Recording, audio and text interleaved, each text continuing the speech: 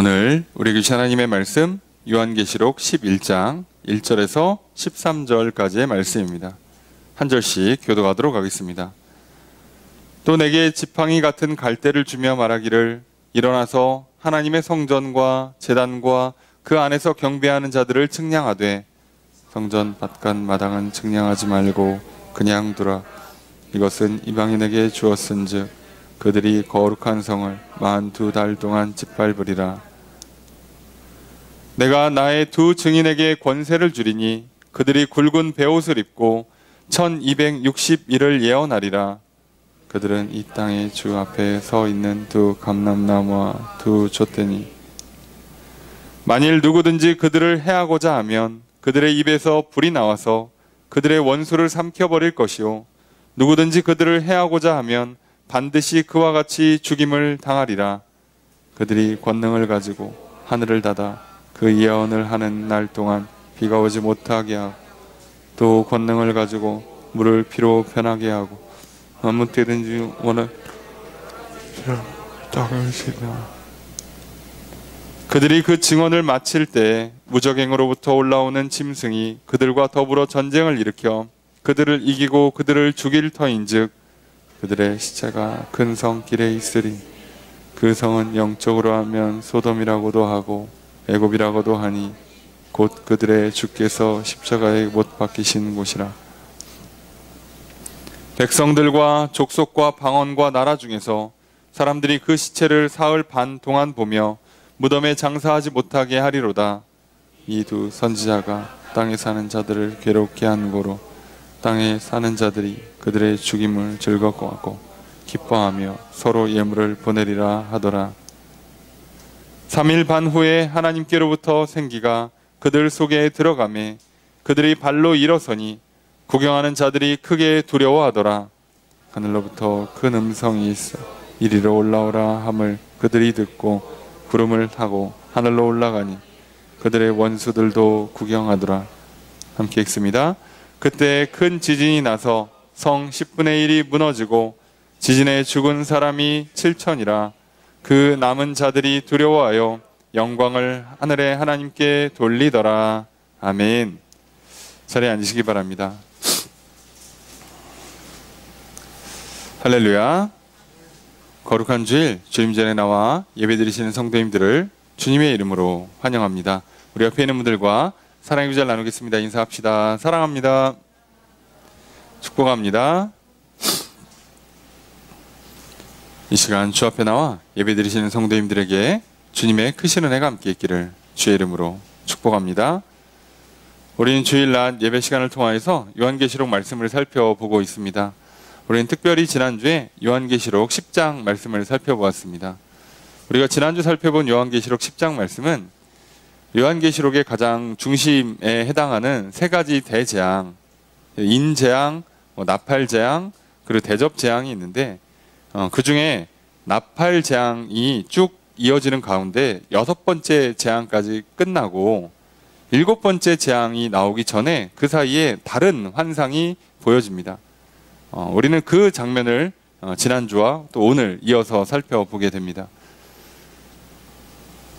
그 요한이 나팔재앙이 계속 진행되는 중에 그 재앙이 끝나기 전 6번째에서 7번째로 넘어가는 그 사이에 장면이 바뀌면서 새롭게 보는 이 환상이 뭐냐? 갑자기 힘센 천사가 등장해서 뭔가 소리가 납니다. 그걸 받아 적으려고 하는데 적지 말라고 합니다. 늘 하던 대로 했고 그것이 마땅하다 싶은데도 불구하고 하지 말라는 음성을 듣고 그때에는 하지 않습니다. 우리의 신앙생활이라는 것이 하던 대로 하고 우리가 늘 하던 대로 예배를 드리고 하던 대로 기도하는 것이 보통은 맞습니다. 그렇지만 우리는 늘 하던 걸 했기 때문에 맞다라고 무조건 확신을 갖고 살아가서는 절대 안 됩니다. 늘 하나님의 말씀을 되새기고 늘 다시 기억하고 또 묻고 또 응답을 들어야 합니다. 우리는 늘 겸손히 배움의 자세, 듣는 자세, 이 종의 자세를 놓치지 않아야 합니다.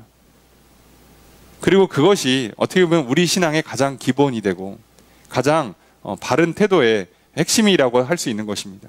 늘 겸손한 태도로 늘 듣고 묻고 그리고 확인하고 따르며 나아가는 것. 절대로 그러려니 괜찮겠지. 어제까지 괜찮았으니 라고 생각하는 것은 우리 신앙에 생각보다 큰 문제를 야기할 때가 많습니다. 근데 그러면서 도대체 얼마나 중요한 거길래 또 그동안과 다르게 특별한 메시지를 전하냐? 들었더니 내용의 핵심은 이거예요. 하나님의 그 비밀의 말씀이 속히 이루어질 거라고 얘기합니다. 비밀의 말씀이라고 돼 있지만 사실상 이것은 복음이죠. 하나님께서 약속하신 말씀들, 성도들에게만 보여주신, 그리고 예언자들을 통해서 미리 알려주신 바로 그 내용, 그것이 지체 없이 이루어질 거라 말합니다. 여러분, 하나님의 말씀은 우리의 시간 개념으로 무조건 1시간 뒤에, 무조건 하루 뒤에 이루어지는 것이 아니라 그 하나님의 말씀이 나에게 또 우리에게 가장 빠른 때, 가장 적당한 때에 이루어지는 것입니다. 그래서 하나님 말씀은 단 한 번도 늦거나 지체되는 경우가 없는 것입니다. 항상 나에게 가장 좋은 때, 가장 빠른 시점에 이루어 주십니다. 그렇게 우리는 하나님의 말씀이 응답되지 않는다고, 기도가 응답되지 않는다고 절대로 속아서는 안 됩니다. 우리의 기도가, 우리를 향한 하나님의 그 약속의 말씀은 가장 빠른 때, 가장 좋은 것으로 지금도 이루어지고 있고 그렇게 앞으로 우리에게 이루어질 것입니다. 그리고 그 복음의 말씀을 들은 자들에게 이제 요한에게 주신 것처럼 두루마리를 먹으라고 하시죠. 입에는 달지만 속에서는 쓰릴 거라고. 하나님의 말씀이 우리에게 들려요. 가장 우리를 구원하신다는 말씀, 우리에게 자유를 주시고, 죄로부터의 자유, 죽음으로부터의 자유를 주셔서 우리에게 평안을 주시고 복을 주시고 넘치는 생명의 풍성함을 누리게 하시는데, 이 말씀 자체는 참 좋은 말씀이고 귀한 말씀이고 위로가 되고 능력이 되는 말씀이지만, 그 말씀이 실제로 내 삶에 소화되고 그것이 이루어지는 과정은 결코 이렇게 동화 속 이야기처럼 아름답지만은 않습니다. 때론 그 말씀이 들어왔기 때문에 불필요한 내 생각의 갈등들, 세상에서 하는 방식과 다르기 때문에 겪어야 되는 불편함들, 어색함들, 내 안에 치고 올라오는 수많은 거짓과 유혹과의 싸움들, 이것들은요 쉽지 않습니다. 그리고 하나님의 말씀이 이루어지는 과정 자체가 우리가 생각하는 것과 다르게, 심지어 살펴본 것처럼 재앙의 연속 가운데 또는 기도의 응답이 재앙으로까지 오면서 이루어지는 경우도 많기 때문에요. 실제로 하나님의 말씀이 이루어지는 과정 자체는 생각보다 좀 복잡하고 다양하고 그리고 많이 쓸 수가 있습니다.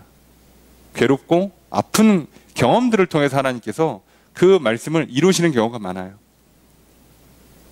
대표적으로 하나님께서, 예수님께서 승천하시면서 제자들에게 너희가 예루살렘을 떠나지 말고 몇 날 못 돼서 성령을 받을 거고 그럼 권능을 받고 증인이 될 거라고 하십니다.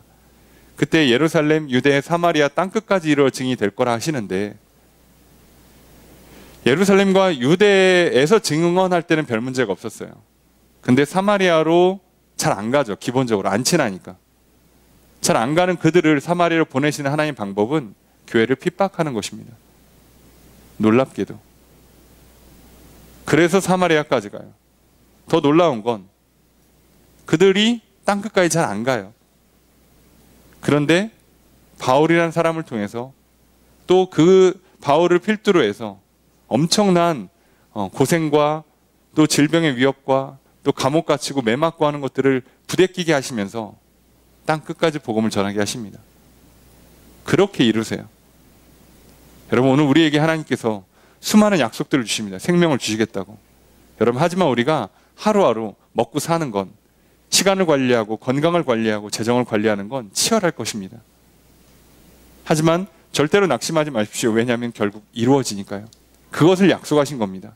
가장 빠르게, 가장 적절한 때에 하나님 분명히 약속을 이루어 주실 것입니다. 그러니 그 말씀을 먼저 내가 흡수하고, 그리고 우리에게 주신 사명은 그것을 다시 예언하라는 것입니다. 그러니 주저하고 머뭇거리지 마시고 담대히 선포하십시오. 고백하시고 외치시고, 우리가 보통 쓰는 표현으로 전도하는 것이죠. 그리고 이것은 재앙의 한복판에 살아가는 우리들에게 주시는 사명이기도 합니다. 그래서 이 나팔 재앙의 6번째와 7번째 사이에 등장한 이 환상은요, 이전에 인재앙에서 중간에 등장했던 환상은 뭐 14만 4천이나 허다한 무리들을 얘기하면서 그 재앙 가운데 성도들을 지키시겠다고, 교회를 지키시겠다는 위로의 말씀, 하늘을 바라보고 하나님을 바라보라는 소망의 말씀이었다면, 오늘 지난주와 이번 주에 이어서 주시는 말씀은 우리에게 사명을 주시는 말씀이에요. 그렇게 우리는요, 이 재앙의 한복판인 우리 인생 가운데 살아가면서 우리는 소망을 잃지 않고 사명을 붙들고 살아갈 수 있는 겁니다. 그것이 우리를 결국 강하게 만들어주고 승리하게 만들어주죠. 오늘 우리가 이 믿음 안에서 소망을 갖고 살아가는 것, 그래서 소명을 갖고 살아간다는 것은 우리 인생을 굉장히 강하게 만들어주고 앞으로 전진하게 만들어주고 결국 뒤로 처지거나 넘어지거나 무너지지 않게 만들어주는 놀라운 은혜입니다. 과연 또 우리에게 오늘 본문의 말씀을 통해서 무엇이라 말씀하실지 우리가 귀 기울여 듣길 바라고요. 적은 믿음이라 할지라도 믿고 동의하고 아멘으로 고백하고 마음으로 받아들여서 그 말씀이 이루어지도록 하나님께서 성령 가운데 역사하시는 것들을 구하시고 경험하시길 바랍니다. 오늘 그렇게 우리를 그 자리에 불러주셨습니다. 심지어 우리는 코로나라는 재앙 한복판에서 이 자리에 나왔습니다. 하나님께서 오늘 우리의 이 진짜 재앙의 시대, 그리고 앞으로도 수없이 마주할 이 재앙의 연속 가운데 도대체 무엇을 말씀하시고 어떤 소망과 어떤 소명을 주시면서 우리를 끌고 가시는가, 오늘 말씀을 통해 살펴보려고 합니다. 먼저 1절 말씀 읽도록 하겠습니다. 시작.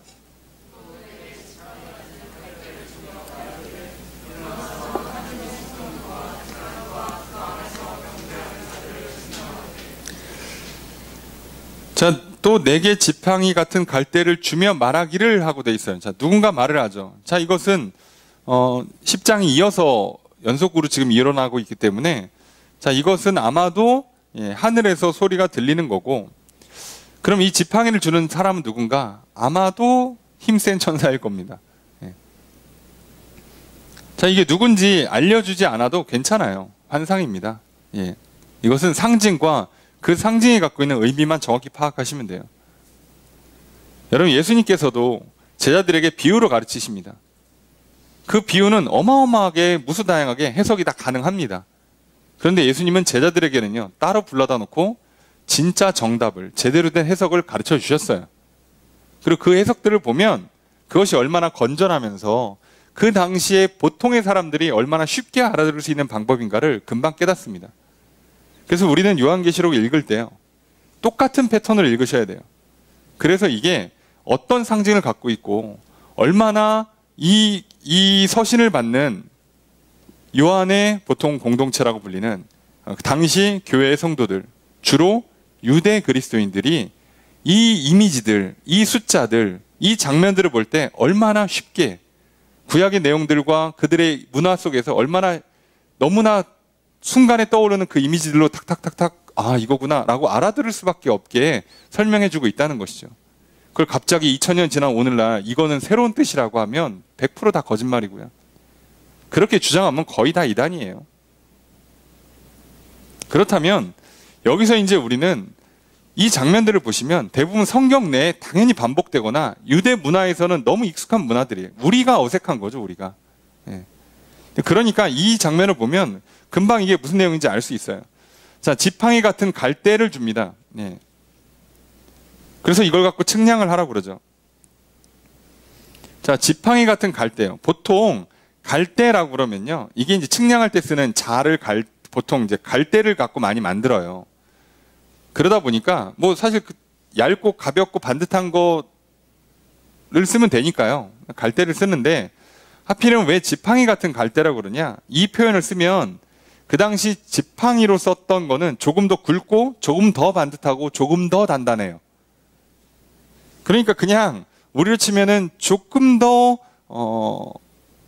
반듯하고 조금 더 튼튼한 자를 줬다고 생각하시면 돼요. 이 당시에 대부분의 사람들이, 아, 지팡이 같은 갈대 그러면 좋은 자 쓰네, 자, 이렇게 알아듣는 거예요. 그렇게 주시는 거예요. 그러면 왜 좋은 자를 주겠냐고, 측량을 제대로 하라고 주는 거죠. 자, 그럼 이제 측량을 하는데 측량하는 대상이 뭐냐? 성전과 제단이에요. 그리고 그 안에 경배하는 자들을 측량을 해요. 자, 성전과 제단을 측량한다. 성전의 길이를 잰다. 제단의 길이를 재서 치수를 확인한다. 자, 이거는요. 뭐 우리가 오늘날도 그렇고 고대에도 그렇고 뭐 건물을 짓거나 이사를 가거나 뭘 하면 무조건 해야 되는 기본 작업이에요. 측량이라는 건. 자, 그런데 그런 의미에서 쓴 게 아니라 성전을 측량하는 게요. 성경에 이미 한번 나왔죠, 구약에. 이 사람들이 알아요, 이 내용을. 모를 수가 없습니다. 그래서 이 에스겔 40장에 이 에스겔의 환상 가운데 성전을 측량하는 장면이 나와요. 그때도 한 척이라는 기준을 갖고 계속 재요. 자, 그러면 여기도 마찬가지예요. 그 당시에도 마찬가지로 성전을 측량한다는 건 단순히 성전의 치수를 재서 그동안 알고 있던 거랑 다른 사이즈로 건물을 지란 얘기가 아니라 하나님께서 치수를 잰다는 뜻이고요. 이거는 사이즈를 알고 있다는 얘기고요. 숫자를 파악한다는 얘기고요. 그것을 쉽게 생각하면 성전을 지켜주시겠다는 뜻입니다. 뭐 어렵게 생각하지 마시고 큰 기업이 있어요. 엄청난 재벌이 있고 큰 기업의 회장님이 새로 신축한 그 회사에서 신축한 사옥이 있는데 건물 평수가 얼마고 그저 몇 층짜리 건물이고 거기에 무슨 시설이 들어있는지를 다 알아요. 그 얘기는 무슨 뜻이겠어요? 회장님이 관심이 많다는 뜻이죠. 이걸 뭐 이해 못하는 사람이 있습니까? 하나님께서 성전의 사이즈를 다 알고 계세요. 이거 무슨 뜻이에요? 관심이 있다는 뜻이에요. 지켜보겠다는 얘기입니다. 뭐 이걸 어렵게 해석하는 것 자체가 당연한 거죠. 우린 너무나 익숙하게 알고 있어요. 관심 있으면 지켜보게 돼 있고 지켜보면 잘 알 수밖에 없어요. 그 얘기를 하는 겁니다. 그래서 이게 측량을 했는데요. 치수는 안 나옵니다. 그래서 치수를 알려줄 필요가 없는 거예요. 측량하는 게 중요한 거거든. 뭐 굳이 치수를 왜 재줍니까? 자, 여기서 치수가 등장하면요. 앞으로 교회를 지을 때 또는 재단 만들 때 이게 표준이 돼버려서 큰일 나요. 이거 알려주지 않는 게 좋은 거죠. 그래서 그냥 안 알려주고요. 하나님께서 지금 성전을, 그리고 여기서 말하는 성전은 교회죠. 예수님 이유니까. 교회를 지켜주시겠다고. 당연히 그러니까 구약에 성막이나 성전처럼 치수를 굳이 말할 필요가 없는 거예요. 에스겔은 치수가 등장하죠. 그것이 성막과는 다른 사이즈라 할지라도 치수가 등장하지만 요한이 보고 있는 환상에서는 치수가 등장할 수 없는 거예요. 왜요? 예수님 이후의 교회는 건물보다는 공동체성이 훨씬 더 중요하기 때문에 그 치수를 당연히 기입하지 않습니다. 단지 하나님께서 눈여겨보고 계시고 그 사이즈를 다 알고 계신다. 보고 있고 관심 있고 지켜주시겠다는 뜻이에요. 또 특이한 건 그렇기 때문에 그 안에서 경배하는 자들을 측량해요. 그 안에서 예배를 드리고 있는 사람들을 측량한다. 일일이 다 키와 몸무게를 재는 게 아니라 몇 명인지를 세겠다는 거죠. 자, 성도들의 숫자를 세신다. 이게 정말 중요한 메시지예요. 사실 이게 훨씬 중요하죠. 그 안에서 경배하는 자들을 측량한다는 것은 하나님께서 얼마나 이 숫자를 정확히 파악하고 계시는가. 성도 한 사람 한 사람을 기억하고 계신다는 얘기예요. 그리고 이건 이미 예수님께서도 말씀하셨죠. 마태복음 10장 29절 31절에 잘 알고 있어요. 우리가 거기서 예수님 뭐라고 말씀하시느냐? 참새 2마리가 한 아사리온에 팔리지 않느냐? 그러나 너희 아버지께서 허락하지 아니하시면 그 하나도 땅에 떨어지지 아니하리라. 너희에게는 머리털까지 다 세신 바 되었나니 라고 기록되어 있어요. 하나님 그렇게 관심이 많아서 우리 머리카락의 개수까지 파악하고 계신대요. 그래서 31절에 두려워하지 말라. 너희는 많은 참새보다 귀하니라. 그래서 핵심은 뭐냐? 두려워하지 말라는 거예요. 오늘 이 본문도 핵심은 두려워하지 말라는 거예요. 여러분, 우리 삶에 재앙이 마주할 때마다 진짜 설상가상이라고 그저 쉬지 않고 우리 삶에 계속 재앙이 연속으로 찾아올 때마다 우린 두려워요. 끝났다 싶었는데 또 시작해. 이젠 그만했으면 좋겠는데 또 시작해요. 그럼 우리는 무섭잖아. 이게 얼마나 힘든지를 아니까 더 무섭죠. 그래서 하기 싫어해요. 피하고 싶어 한단 말이죠. 알면 알수록 더 무서워지는 게 인간의 약함이죠. 그런데 하나님께서는 뭐라고 말씀하시느냐? 두려워하지 말라는 거예요. 내가 지켜주겠다고. 이미 교회는요. 요한이 편지를 쓰기 전에 이미 교회는 벌써 수많은 박해를 받고 있었어요. 근데 요한이 거기다가 계속 받을 거야, 이렇게 쓰면 얼마나 무섭겠어요. 야, 이건 죽으란 얘기지. 신앙생활 하겠어? 아, 야, 못하겠다. 그냥 때려쳐야겠다. 이렇게 생각할 사람들이 정말 많을지도 몰라요. 그들을 향해서 말씀하시는 거예요. 아니야, 지켜줄게. 내가 너희들 숫자를 다 파악하고 있어. 한 사람 한 사람 다 기억하고 있어. 그러니까 두려워하지 마. 라고 말씀하시는 거죠. 오늘 하나님께서요, 교회와 성도를 측량하십니다. 그 얘기는 오늘 우리의 교회도 나 한 사람 한 사람을 하나님께서 측량하고 계세요. 알고 계십니다. 그러니 지켜주고 보호해 주시겠다는 뜻이기도 해요. 그러니 여러분, 두려워하지 마십시오. 우리가 코로나 한복판 가운데 살고 있잖아요. 표현이 그렇습니다만 교회 왔다고 코로나 걸리겠습니까? 걸리기를 맘먹으면 길 가다 옆 사람이랑 툭 부딪히는 순간에도 가요. 예. 괜히 저기 그 버스 한번 탔다가 카페 가서 음료 한번 시켰다가도 가는 거예요. 우리는 두려워하기로 맘먹으면요, 모든 게 다 무섭습니다. 그리고 사단은 그걸 시작으로 해서 우리의 믿음을 떨어뜨리고 하나님을 향한 사랑을 쉽게 만들어서 하나님을 예배하지 못하게 만드는 게 목적이죠. 오히려 그 영광을 뺏어서 자기가 영광받는, 그것이 사단의 목적이기 때문에 우리를 자꾸 무섭게 만들려고 할 거예요. 그때마다 오늘 하나님은 이 환상처럼 말씀하십니다. 내가 너희들을 보고 있다, 지켜본다, 세고 있다, 안다. 그러니 두려워하지 마라. 그래서 이 2절 말씀은요, 더 특이해요. 함께 읽도록 하겠습니다. 시작.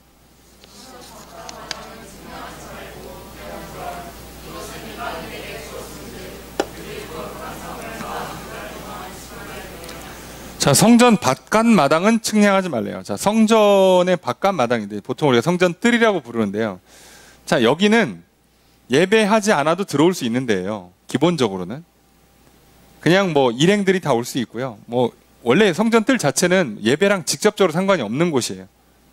그러니까 성전 바깥 마당이라고 표현을 하면 여기는 예배하는 사람들이란 뜻은 아니에요. 그리고 이것을 어떻게 한다? 측량하지 말고 그냥 내버려 두래요. 그러니까 성전 바깥은 하나님이 어떻게 하시겠다고? 측량을 안 하시겠대요. 그리고 이방인에게 준대요. 하나님이 직접 다스리지도 않겠답니다. 무슨 뜻인지 아시겠습니까? 하나님께서 교회 밖에 있는 사람들에게 구원의 은혜를 베푸시겠지만 그들은 머리카락까지 세면서 지켜주는 그 은혜를 베풀지는 않겠다는 뜻이에요. 그래서 이것은 아예 구별을 짓는 겁니다. 하나님께서 재앙의 한복판에서 성도들을 어떻게 지켜주시는지와 믿지 않는 자들에게는 어떤 식으로 하시는가, 얼마나 이게 큰 차이가 있는가를 보셔야 돼요. 이들은 머리카락까지 세면서 지켜주시고 교회 바깥 믿지 않는 자들에게는 복음을 전하는 게 끝이에요. 이 복음을 받아들이지 않으면 이들에겐 이 보호가, 이 구원이, 이 생명이 적용되지 않습니다. 자, 근데 문제는 좀 특이한 문제가 하나 발생해요. 뭐냐? 그들이, 이방인들이죠. 이방인들이 거룩한 성을, 당연히 여기서 말하는 성전을 말하는 거죠. 거룩한 성을 42달 동안 짓밟는다. 짓밟는다는 얘기예요. 자, 짓밟는다, 정복한다, 파괴한다, 공격한다는 얘기죠. 자, 그래서 여기서 해석을 잘 하셔야 돼요. 자, 그들이 거룩한 성을 공격해요. 그러니까 이스라엘 백성들 입장에서는요, 거룩한 성 이렇게 부르면 그냥 예루살렘을 통칭하는 거예요. 근데 예루살렘이 왜 거룩한 성이 되냐? 거기에 성전이 있기 때문이에요. 근데 예루살렘이 공격받는 거랑 성전이 무너지는 건 살짝 달라요. 그래서 여기서 말하는 건 거룩한 성이라고 불렸지만 이것은 예루살렘이 공격되는 거고 성전이 공격되는 건 아니란 뜻이기도 해요. 그래서 이게 어떤 의미냐면 실제로는 교회는 공격을 받아요. 그래서 교회 건물은 무너질 수 있어요. 교회가 이전해야 될 수 있어요. 성도들이 아예 다른 지역에 가서 예배를 드릴 수도 있어요. 이런 핍박은 온다는 거예요. 외부로부터. 그런데 뭐는 여기서 말하는 교회, 공동체로서의 교회와 성도들은 하나님 지켜주시겠다고요. 그리고 실제로 그렇게 하셨습니다. 그 수많은 기독교 역사 가운데 심한 경우에는 지하에 무덤을 파고 들어가면서까지 신앙생활을 했었죠. 그런데 교회는 명맥이 끊어진 적이 없습니다. 그렇게 핍박을 해도, 건물은 다 버려요. 재산은 포기합니다. 그래도 교회는 무너지지 않습니다. 여러분, 오늘날 뭐 코로나만 교회를 공격합니까? 오늘날 사실 교회를 가장 많이 공격하는 건 이단이 아니라요, 사실 좀 약간 시대가 미쳐 돌아가다 보니까 이상한 사상이 들어오죠. 그 중에 하나가 인권이라는 포장을 가지고, 사실 교회를 현재 전 세계 교회를 가장 많이 흔드는 게 동성애와 다른 종교를 포용하는 이것 때문이, 이것이 우리에게 가장 심각한 공격이 돼요, 교회는. 그리고 이게 한국은 좀 덜하지만 미국 같은 경우는요, 이미 동성애 문제를 놓고 동성 결혼을 교회에서 허락할 거냐, 동성애자를 목회자로 세울 거냐, 교회 직분자로 세울 거냐를 놓고 교단이 갈라지고 있습니다. 이미 갈라졌습니다. 사실 몇 교단은 갈라졌어요. 그러면 여러분 생각해요. 주류가 뭘 것 같습니까? 우리의 기대는 복음대로, 하나님께서 이건 죄라고 명시한 대로 동성애를 거절하고, 그죠? 거부하고 하는 것이 주류일 것 같지만, 놀랍게도요, 대다수의 교회들은요, 동성애를 찬성합니다. 그래서요, 수많은 교회들이요, 교단을 나오면서요, 그동안 교단에 냈던 돈과 교단에 소속되면서 들어가 있던 재산들을 포기하고 나와요. 신앙을 지키기 위해서. 우리가 지금 코로나 때문에 정신이 없고 별 관심이 없어서 그렇지, 지금도 미국에서는요, 비일비재하게 그런 일들이 일어납니다.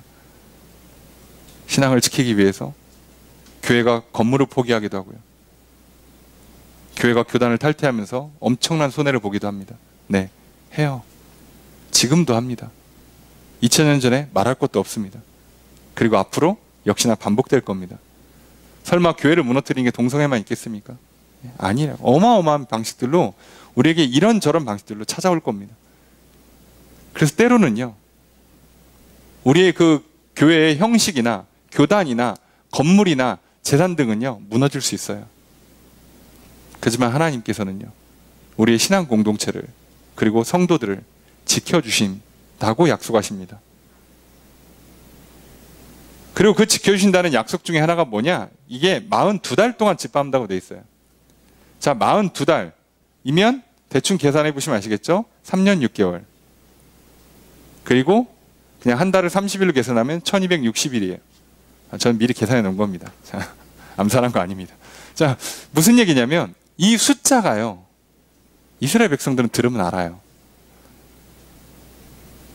그러니까 이 숫자를 이렇게 제시하는 것 자체가, 기본적으로 말씀드렸잖아요, 재앙이라는 건 유통기한이 있는 거예요. 여러분, 끝나지 않는 재앙은 없어요. 우리가 이 땅에 살면서 하나님께서 어떤 괴로움과 고난과 시련을 준다 할지라도 모든 건 다 끝이 있습니다.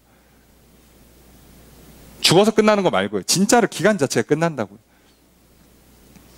그 얘기는, 기간이 제한되어 있다는 얘기는 그 기간을 통제하시는 것이 하나님이고, 그렇기에 재앙 가운데 능히 우리를 보호해 주십니다. 그냥 걱정하지 마십시오. 여러분, 코로나 끝나겠죠? 당연히 끝납니다. 우리는 한 3개월이면 끝날 줄 알았던 게 지금 2년째 가고 있는 게 문제인 거지, 끝납니다. 3년 걸릴지 뭐 10년 걸릴지 모르지만 끝날 겁니다. 끝나는 동안에 하나님께서, 그래서 어려움 당해서 뭐 성도들이 때로는 뭐 이사를 가야 되고, 사업장을 뭐 이전해야 되고, 또 교회가 뭐 시설을 뭐 줄인다거나, 뭐 교단에서 뭐 이런저런 뭐 제도가 바뀐다거나 하겠죠. 지금도 그 여파로 교단의 법이 바뀌기도 하고요, 뭐 어떤 교회들은 교단을 탈퇴하려고도 할 거고, 뭐 여러 가지 일들이 일어날 겁니다. 하지만요, 신앙 공동체는 무너지지 않습니다. 성도는 무너지지 않습니다. 코로나든 그 어떤 것이 와도 무너지지 않습니다. 그게 하나님의 방식이에요. 자, 그런데 이게 왜 숫자가 이게 의미 있는 숫자냐? 42개월, 3년 반, 1260일이요. 이미 다니엘서에 나온 숫자예요. 그런 거 못 본 것 같은데요. 아니요, 봤죠. 여기 그 다니엘서 7장이나 12절에 보면 한 때, 두 때, 반 때 이렇게 나와요. 합치면 세 때 반입니다. 자, 이게 3년 반이란 뜻이에요.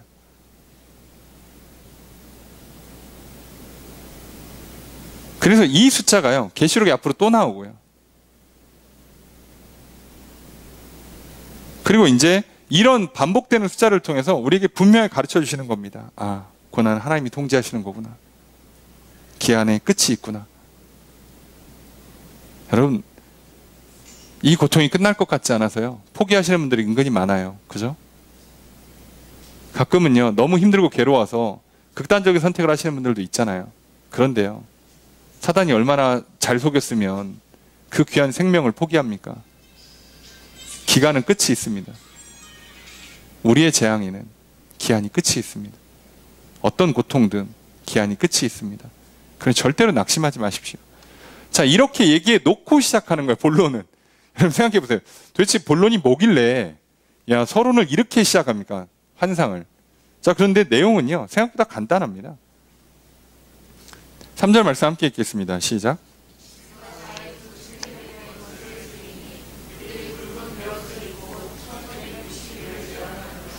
갑자기 말씀하기를 내가 나의 두 증인에게, 뜬금없이 두 증인이 등장하고요, 권세를 주신대요. 자, 권세 또는 권능으로 보시면 됩니다. 자, 준대요. 그래서 그들이 굵은 베옷을 입는답니다. 그리고 1260일, 아까 말씀드렸죠? 예, 42개월, 예, 3년 반이 1260일이에요. 자, 예언을 한답니다. 자, 이게 사실 왜 이렇게 앞에 열심히 1절, 2절에 설명했냐? 요것 때문이에요. 10장에서 이미 우리에게는요, 재앙 한복판에 사명이 있잖아요. 천국을 소망하고 하나님의 구원과 지켜주시고 생명을 주시는 위로와 소망만 갖고 있는 게 아니라 우리에겐 사명이 있어요. 그 사명이 예언을 계속하는 것, 반복해서 하는 것, 복음을 전파하는 건데, 여기 그 얘기를 또다시 하는 거예요, 사실. 그래서 두 증인이 등장하고 권능을 갖고 있고, 그리고 굵은 베옷을 입고, 그 고통의 기한 동안 이들은 복음을 전해요. 예언을 합니다. 자꾸 여기서 예언이라고 나오니까 진짜 예언이 아니에요. 그죠? 하나님의 비밀의 말씀을 전한다는 의미에서 예언이에요. 예. 그리고 아직 모르는 사람한테는 어차피 다 비밀이에요. 그러니까 여기서 말한 예언은 쉽게 말하면 하나님 말씀, 복음을 전한다고 이해하시면 좋습니다. 그럼 왜 두 명이 등장하냐? 여러분, 고대에 뿐만 아니라 특히나 율법에서도요, 구약의 율법에서도 증언을 하기 위해서는 최소한 두 명이 있어야 돼요. 그래야 효력이 있습니다. 그러니까 최소한의 인원으로 지금 세운 거예요. 한 명은 안 돼요. 거짓말할 확률이 높기 때문에. 최소한 법적인 효력을 가지려면 두 명이 있어야 되기 때문에 지금 두 명을 쓰는 거고요. 이 두 명이 갖고 있는 이미지가 있죠. 이 두 명이 누구냐를 놓고 해석을 많이 합니다. 예, 해석이 또 되긴 돼요. 그런데요, 특정하지 않아도 됩니다. 대표적으로 해석하면 여러분들이 이제 혹시라도 성경 공부를 하시거나 책을 읽으시거나 다른 이제 집회에서 설교를 들으시면 특정을 할 수 있기 때문에, 아니 대부분 특정하실 거기 때문에 대충 그러려니 하고 들으세요. 자, 이 두 증인이 누구냐? 자, 대표적인 것만 읊어 드리겠습니다. 율법과 선지자, 구약과 신약, 이스라엘과 교회, 스룹바벨과 여호수아, 야고보와 요한, 베드로와 바울 등등등입니다. 그럴듯하죠? 예, 다 맞아요. 뭘 해도. 그 얘기는요, 굳이 특정하지 않아도 된다는 뜻입니다. 그리고 여기서 쓰고 있는 이미지는 스룹바벨과 여호수아입니다. 포로 귀환 후 성전 재건할 때 했던 것과 비슷한 이미지를 그대로 갖다 써요. 그래서 이스라엘 백성들 알아들을 거예요. 유대 그리스도인들은 벌써 여기에 막 감람나무 있고 촛대 있고 그러면 스룹바벨 알아들어요. 하지만 실제 스룹바벨과 여호수아 돌아가신 분들인데 뭘 다시 나오겠습니까? 그리고 한 사람은 총독이고 한 사람은 대제사장인데, 그러면 예수님 이후에 교회가 어떻게 이런 제도와 시스템을 구현하냐고요. 그럴 리가 없죠. 그러니까 그런 뜻이 아니라 이미지, 의미, 상징만 받으시면 돼요. 자, 그러면 해석은 간단합니다. 이렇게 두 증인이 나오고요. 하나님은 권능을 주세요. 여러분에게 사명을 주실 때는요, 그냥 주는 게 아니에요. 할 수 있도록 능력을 주세요. 걱정하지 마십시오. 그럼 여러분들이 말씀대로만 순종하며 나아간다면 능력이 부족해서 일을 못하는 일은 안 생깁니다. 여러분이 하나님의 일을 하시겠다고 하나님이 주신 말씀을 믿음으로 받아요. 그래서 하나님께서 주신 사명을 받았어요. 게다가 가장 중요한 복음을 전하는 사명에 있어서 여러분, 뭐 저는 말이 부족해서, 뭐 시간이 없어서, 뭐 돈이 없어서, 뭐 성격이 뭐 이렇게 소극적이다 보니까 복음을 못 전해요. 그런 일은 없을 거예요. 무조건 능력을 주십니다. 안 되는 건 없어요. 하나님 나라에. 특히나 이 복음 증거의 사명은 못하는 사람 한 명도 없습니다. 능력의 차이가 나올 수는 있어도요. 능력이 없어서 못하는 경우는 발생하지 않습니다. 그 능력을 주실 거예요. 그리고 오늘날 우리가 증언을 하려면요. 이 시대는요. 필히 건강관리, 시간관리, 재정관리를 해야 됩니다. 그러려면 학업과 직장생활을 기본적으로 수행할 수 있어야 돼요. 그거 안 되는 사람이 어떻게 증언을 합니까? 그렇잖아요. 아니 그냥 집에 처박혀만 살고 있어. 약간 뭐 히키코모리라고 그러죠. 아무것도 안 해. 공부도 안 하고 학교도 안 가고 사회생활도 안 하고 그냥 방구석에 있어요. 도대체 내가 누군지도 모르고 다른 사람 만나본 적도 없는데 어떻게 증언을 하냐고. 그래서 이런 일은 없어요. 하나님께서 다 능력을 주십니다. 자, 그런데 이들이 입는 옷이 뭐냐? 굵은 베옷이에요. 왜 하필이면 굵은 베옷으로 입냐? 이거 상복입니다. 게다가 이것 자체가 슬픔과 애곡을 상징해요. 그래서 이스라엘 백성들이 장례를 치르거나 하나님 앞에 민족 전체가 회개할 때 입는 옷이 굵은 베옷이에요. 그럼 대충 이들이 전하는 복음의 핵심 메시지가 뭔지 아시겠죠? 회개하랍니다. 사실 우리가 믿지 않는 자들에게 전해야 되는 가장 핵심 메시지는요. 회개하라예요. 그 얘기는 좀 더 뒤에 있다 하겠습니다만 그 얘기를 전하는데 기간이 똑같아요. 그죠? 그러니까 교회는 밖에서 핍박을 받아도 그래도 우리는 복음을 전합니다. 코로나 때문에 전도를 못하겠어요 라고 하시면 잘못 이해하신 겁니다. 예. 코로나 때문에 교회가 욕먹고요. 이미지 나빠지고요. 교회의 여러 가지 상황들이 안 좋게 돌아가는 건 맞아요. 하지만 그것 때문에 복음을 못 전하진 않습니다. 설마 그것 때문에 무서워가지고 목사가 설교를 못하고 교인들이 나와서 예배를 못 드리고 그럽니까? 아니, 그렇진 않아요. 하는 겁니다, 그건. 그러니까 오늘 우리에게 그걸 할 수 있는 믿음이 필요한 거예요. 하나님께서 그 주시는 이 약속의 말씀을 믿고 담대히 나와서 복음을 듣고 입에 달지만 속에 쓰인 그 말씀을 받아들이고 소화시키고 그리고 내가 그걸 나가서 증언하는 일들을 멈추지 않으셔야 합니다. 그리고 하나님 그들에게 잘했다 칭찬하시는 거예요. 네가 제대로 믿는구나. 잘했다. 칭찬하시고 상과 복을 내려주시는 겁니다.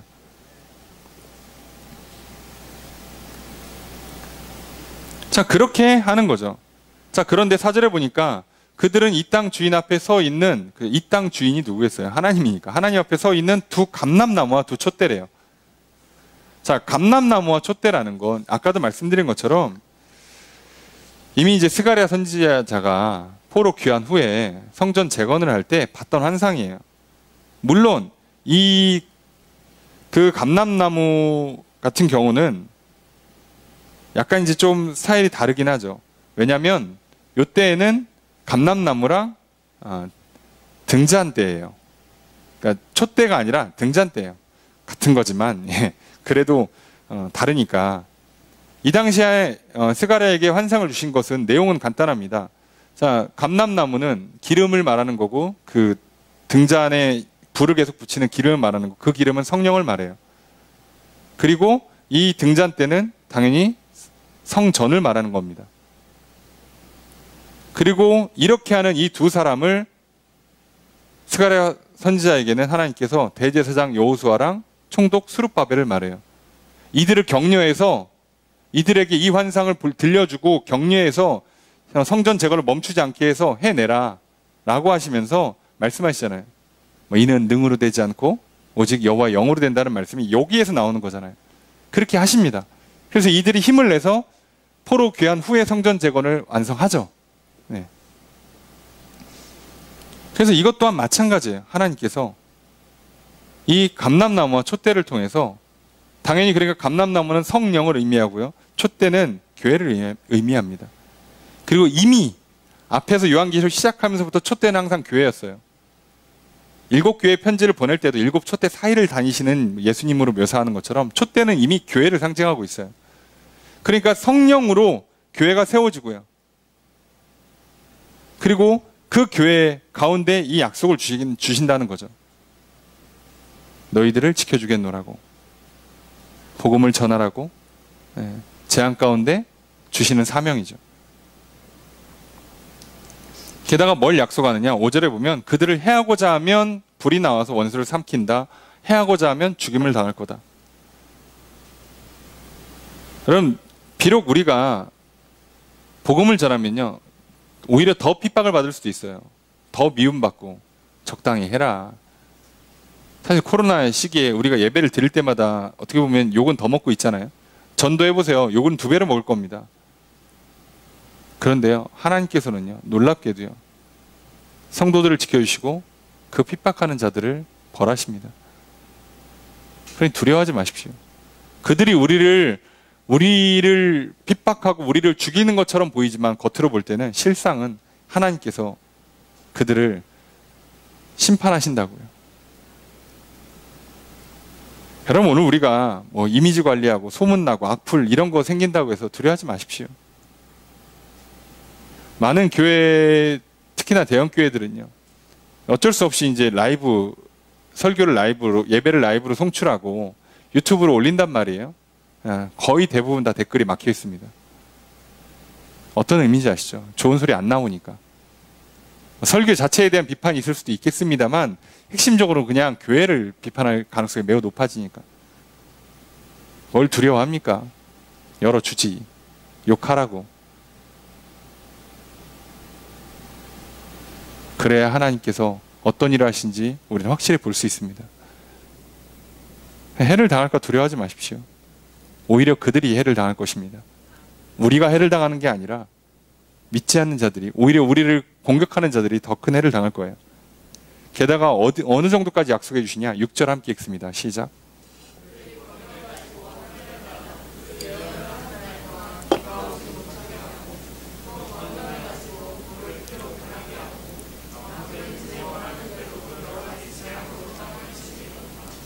자, 그들이 권능을 가지고 예언을 하는 동안에 하는 일들이 몇 개인데, 크게 하나는 예언을 하는 동안 비를 못 오게 한다. 자, 그런데 비를 못 오게 하는 이 개월수 3년 반. 그죠? 어디서 많이 보신 것 같죠? 역시나 이렇게 하면 100% 엘리야입니다. 게다가 물을 피로 변하게 하는 재앙이라고. 자, 이거 10가지 재앙의 첫 번째 재앙이에요.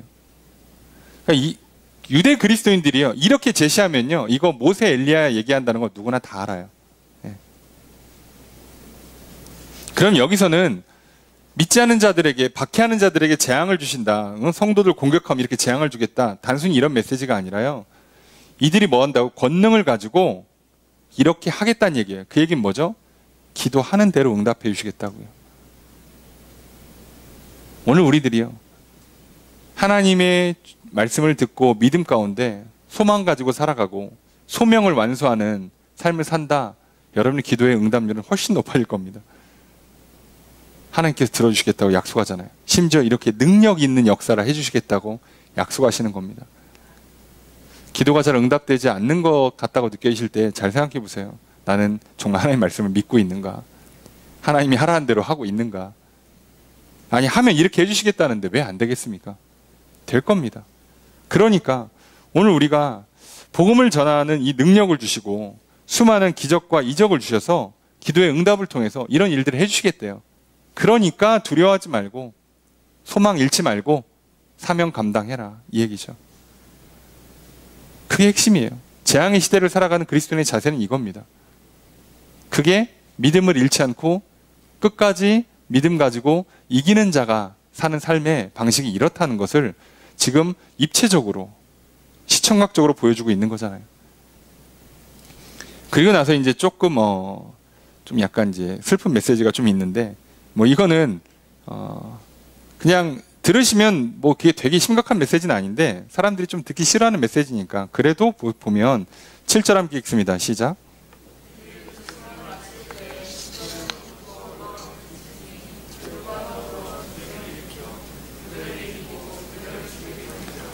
자, 그들 두 증인이 증언을 마칠 때, 자, 3년 6개월 지났습니다. 증언할 시간이 끝났죠. 예, 박해의 기간이 끝났습니다. 예, 증언하는 기간도 끝났습니다. 자, 그랬더니 무적행으로부터 짐승이 올라와요. 당연히 이거 사단의 군대겠죠. 예, 올라와서 어떡합니까? 전쟁 일으킵니다. 그래서 어떡한대요? 이긴대요. 잠깐만. 얘네가 이기면 어떡하죠? 그래서 어떻게 해요? 졌으니까 죽죠. 예. 잠깐만. 두 증인이 죽는다고요? 네, 죽어요. 이게 나쁘게 해석하지 마시고 지금 언제 죽는다고요? 재앙이 끝날 때, 사명이 끝날 때 죽어요. 그걸 반대로 해석하면요. 여러분, 우리는 죽기 전까지 계속 믿음 가지고, 소망 가지고, 소명을 완수하는 사명자로 살아가는 거예요. 이상하게 해석하지 마시고. 어차피 죽습니다. 예, 사실 뭐 고민하지 마시고 어차피 죽어요. 그럼 우리는 언제 죽냐? 사명이 끝날 때 죽는 거예요. 장수하고 싶으시면 믿음과 소망과 소명을 가지고 살아가시면 됩니다. 예, 원래 그런 겁니다. 원래 그리고 그런 자들에게 하나님께서 장수의 복을 주신다고도 성경은 약속하니까요. 이게 원래 맞는 말씀이죠. 자, 그런데 이게 이제 또 어떤 의미를 갖고 있는가? 이게 여기서 말하는 죽음이요, 육체적인 죽음, 개인의 죽음을 말할 수도 있고요, 또는 죽음에 준하는 고통을 말할 수도 있어요. 교회를 완전히 핍박해서 그저 다 지하로 들어가고 뿔뿔이 흩어져서 교회는 이제 끝났어. 자, 이렇게 말할 수도 있다고요. 자, 그러면 끝이냐? 그럴 리가 없죠. 그 얘기입니다. 그럴 리가 없어요. 8절에 보니까 그들의 시체가 큰 성 길에 있어요. 길에다가 시체를 놓는다는 얘기죠. 원래는 죽으면 시체를 무덤에 놔야 되는데 왜 길에 놓냐? 이거는 전시예요, 전시. 쉽게 말하면 전쟁 이긴 다음에 적장의 목을 성문 앞에 걸어두는 것과 같은 식의 전시예요, 전시. 왜 이렇게 보여주냐? 우리 이겼다 이거지. 자랑하는 겁니다. 근데 그렇게 전시당하는 데가 어디냐? 그 성은 영적으로 하면 이미 영혼이 환상을 보고 있습니다. 여기서 말하는 영적은 헷갈리지 말라고. 성을 실명을 대니까 이거 진짜 소돔이고 저기 애굽으로 보면 큰일 나니까. 그리고 나중에 막 그리스도인들이 우리가 바퀴를 막으려면 애굽을 없애야 되고 이집트랑 전쟁 일으키고 그러면 안 되니까요.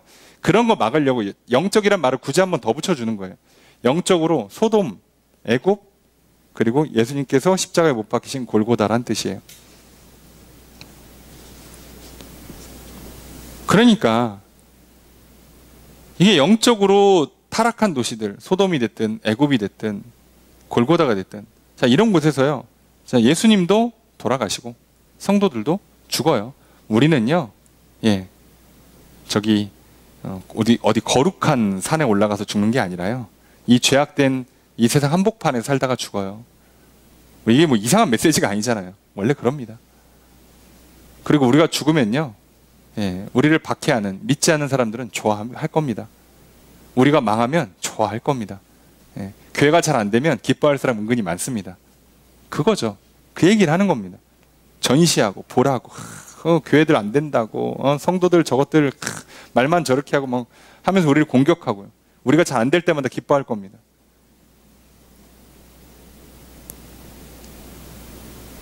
그러니까 우리가 믿음으로 살고 거룩한 삶을 살고 회개하라고 막 복음 전하고 예수 믿으시라고 복음 전하고 그러면요, 사람들이요, 뭐 존경해주고 막 인정해주는 게 아니라 도리어 손가락질하고, 너나 잘 믿으세요 그러고, 너 한번 어떻게 나중에 보자 그랬는데 우리가 좀 잘 안 되거나 망하는 거거나 그러면 좋다고 박수치고 난리가 날 겁니다. 그런데 두려워하지 마십시오. 그렇게 돼 있다고 이미 예고돼 있는 거고요. 이게 끝이 당연히 아니니까요. 끝이 아니니까 중요한 거예요. 자, 9절에 보니까 그래서 시체를 사흘 반 동안, 3일 반, 원래는 3일인데 앞에 숫자 맞춰주느라고 3일 반이라고 한 거라고 이해하시면 됩니다. 자, 3일 반 동안을 무덤에 장사 지내지 못하게 해요. 그러니까 시체를 묘에다도 안 넣어준다는 얘기죠. 전시하고 조롱하고, 자, 이런 난리를 쳐요. 왜 이렇게까지 하냐? 10절 함께 읽습니다. 시작.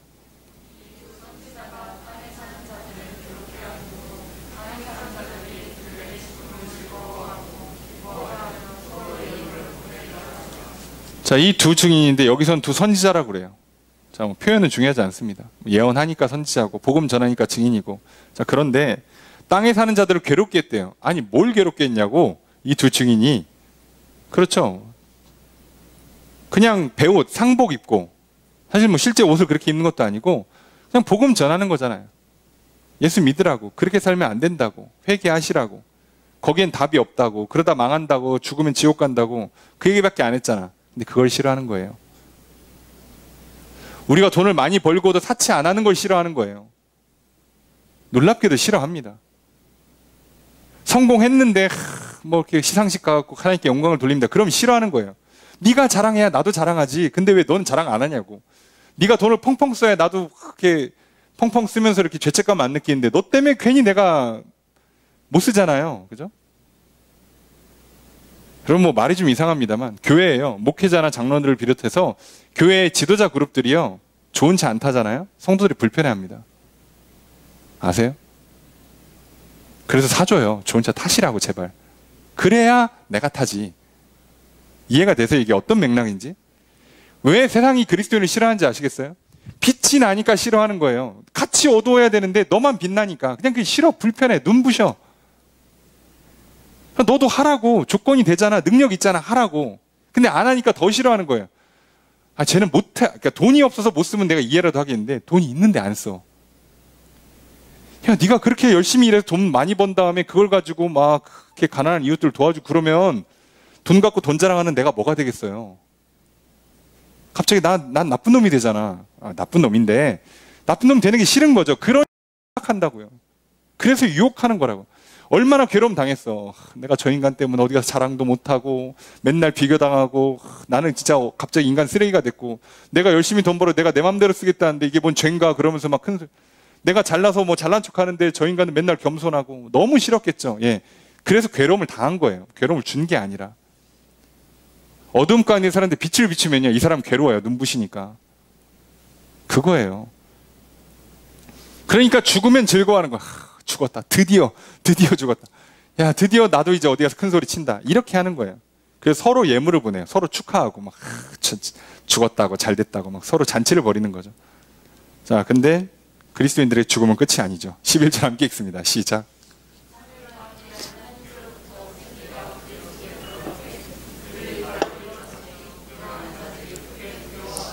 이건 생각 못했겠죠. 자, 우리의 신앙의 핵심 중에 핵심, 부활이죠.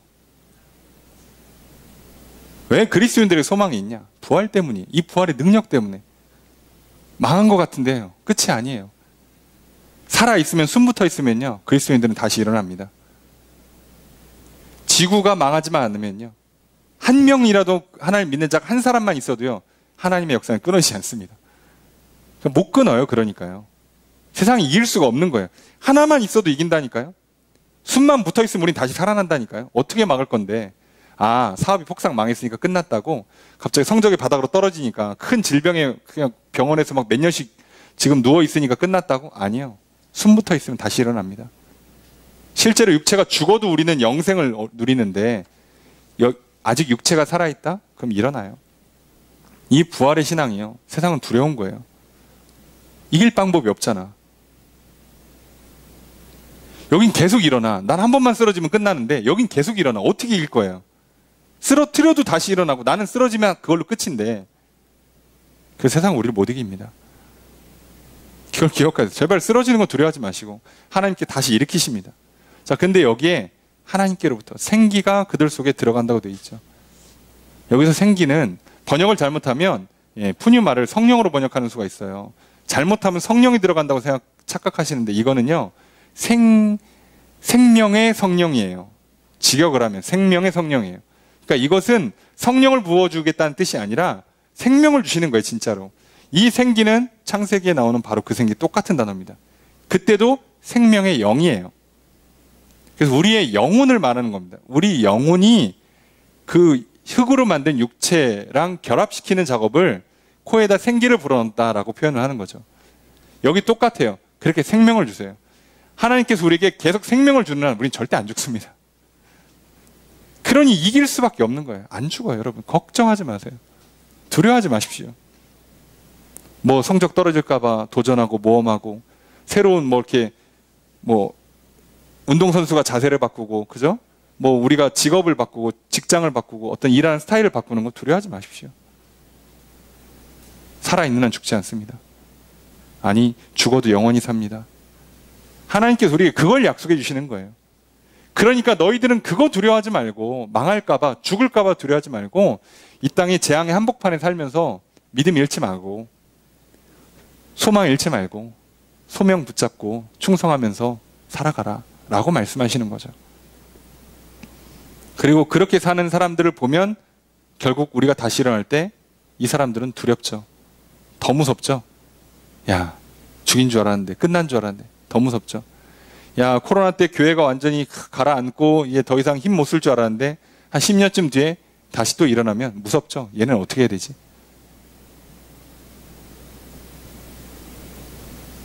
야, 교회들 상태 안 좋더니 끝날 줄 알았는데 안 끝나죠. 예, 그렇습니다. 중세 암흑기를 거쳐도요, 종교개혁하고 다시 일어납니다. 걱정하지 마십시오. 지금 교회들 상태가 아무리 안 좋아도요, 또다시 개혁하게 만드실 거고요.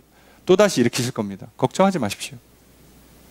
교회 역사도 이렇게 하시는데 우리 내 개인의 신앙의 역사 가운데 어찌 그런 놀라운 부활의 능력들이 안 나타나겠습니까? 하십니다. 그리고 나서 이렇게 사는 자들에게 진짜 승리가 이거죠. 12절 함께 읽습니다. 시작.